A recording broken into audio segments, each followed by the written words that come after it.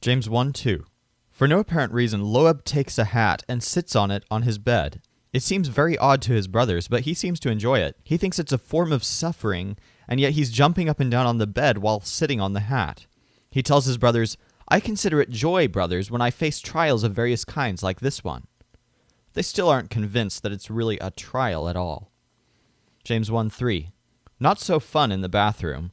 Now Loeb is precariously sitting on his hat on the sink. But despite his fear of heights, he's not deterred. He knows that it's just testing him, which should strengthen his steadfastness. James 1:4. This is the ultimate test of that steadfastness. He sits on his hat near the top of the ladder. All fun is now over. This test of steadfastness is giving its full effect. All Loeb can think about is that he doesn't want to fall and break a bone. He considers his body perfect and complete, lacking nothing, and he doesn't want to change that. James 1:5. Sitting on the hat on top of the rocking horse in the attic, Loeb wonders whether he's not really being wise here. He says, "I wish I had..." But before he can finish, Santa Claus appears and offers him a Christmas gift. Loeb says, "Well, I was going to ask for more wisdom," to which Santa replies, "Oh, I can't give you that. You'll have to ask God for that.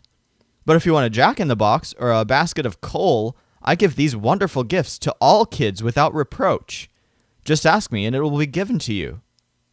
Loeb thanks Santa but tells him he doesn't really need any coal right now. Thankfully, Santa disappears again. Phew. This happens way too often. No wonder Loeb thinks the attic is creepy. James 1:6. When Loeb relocates to the toy room, he sits on the hat on top of the yellow ball. You would think he would know better, but he thinks that since he asked for wisdom in faith, his confidence and balance should be fine, as long as he doesn't doubt. But then a draft from the attic next door blows in, and he suddenly has doubts and second thoughts. He starts to shake, and he gets a bit seasick.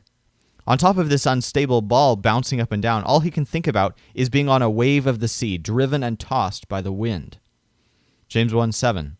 Loeb sits on the hat on the spiral staircase. He doesn't like walking down the staircase, but he's okay with sitting on it. Eventually, though, he realizes that just sitting on the hat here won't actually get him downstairs, so he has to get up and go down. Sad day. James 1:8. In the library, Loeb can't decide whether to sit on the hat on the ottoman or on the floor. So what he does in his indecision is he puts the hat on the floor and sits on the ottoman with his feet on the hat. When Libby comes in and sees this, she laughs and calls him a double-minded man because he can't decide. When he explains that he's been sitting on his hat in various places all over the house, she tells him that she didn't know he practiced such unstable ways of doing things.